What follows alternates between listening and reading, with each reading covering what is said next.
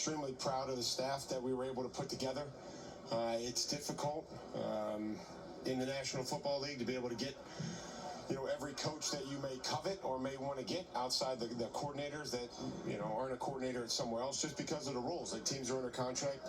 Some teams want to keep the coaches that they have. They feel like they're good coaches. But we were able to put together a great staff, one that we're really proud of. And you asked about Josh, and I would say that, having had communications with Josh in my role in Cleveland, he wasn't under contract with the team, so we had numerous conversations, interviewed a handful of great candidates, and in the end felt like Josh was the best fit to lead our offense, just like Terrell was the best fit to lead our defense, and Jeremy and Tom returning to lead the special teams unit. Yeah, that's the plan. You know what I mean? Like, he's going to be the defensive coordinator. He's going to call defenses, and he's an aggressive-minded coach that's coached really aggressive defensive linemen. That's what that's his background. And so I've enjoyed the process of what he's learned when he's gone to Detroit, what he learned with us in Tennessee, to be able to tie the back end together with the stuff that we want to do with the front, and those conversations that have been going on in the last couple weeks since everybody's been together. Mike, was there ever a point in Cleveland where there was a conversation about whether a permanent job was in the future for you? Did you tell them, no, my plan is to... No, I didn't want to permanently consult in Cleveland for the rest of my career.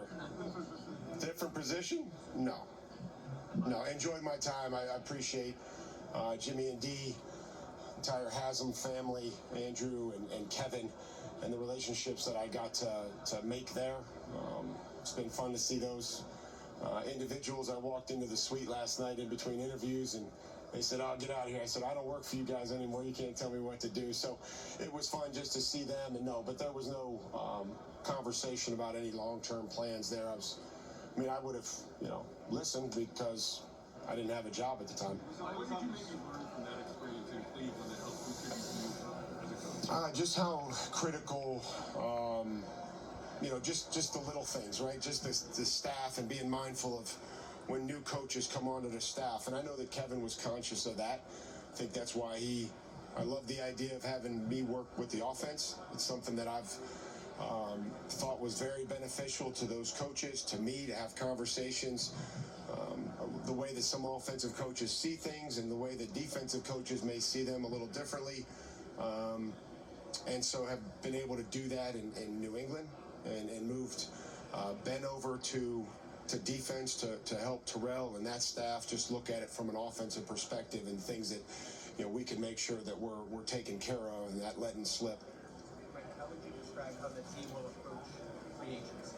Hopefully aggressive. We want to be aggressive. We want to target players that we feel like are going to help us. They're going to be outstanding players. They're going to be outstanding additions to the locker room and the community. And if that all fits and the compensation fits, but I'm confident that we'll be aggressive. We've started some of those discussions internally. And I think having different plans and having an option A and option B, things are going to change. Everybody's looking at the same players. So we have to be ready to pivot and adjust and have a vision for each player, I would say, at each level. There's going to be this high level that things are going to get done very quickly. That'll transition then to, maybe just some mid-range dollars, and then obviously you look at opportunities. So free agency gets broken down into compensation, and then it gets broken down into opportunity. And I feel like we're in a position to offer both as far as compensation and opportunity for some of these players. What's one of the bigger things the team has to do to support Drake? Well, there's a lot. Again, I think you always talk about being able to protect them. You have to be able to,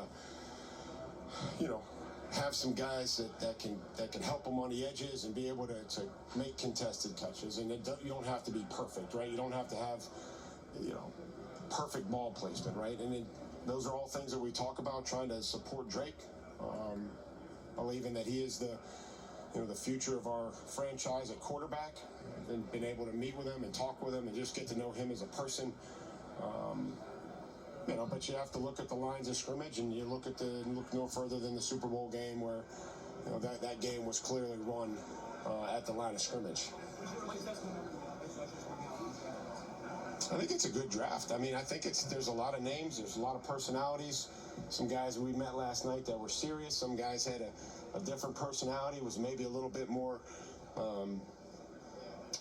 engaging, and I think that's fun. I think all we're trying to do through this process is get the players to be as authentic as possible, to figure out where the fit is, and how they can add to our roster and our team and the vision that we have for them. And I would say that last night was a great start, going through that process with the players that came in there, and it just happened to be the D line and a lot of the edge players and the inside linebackers.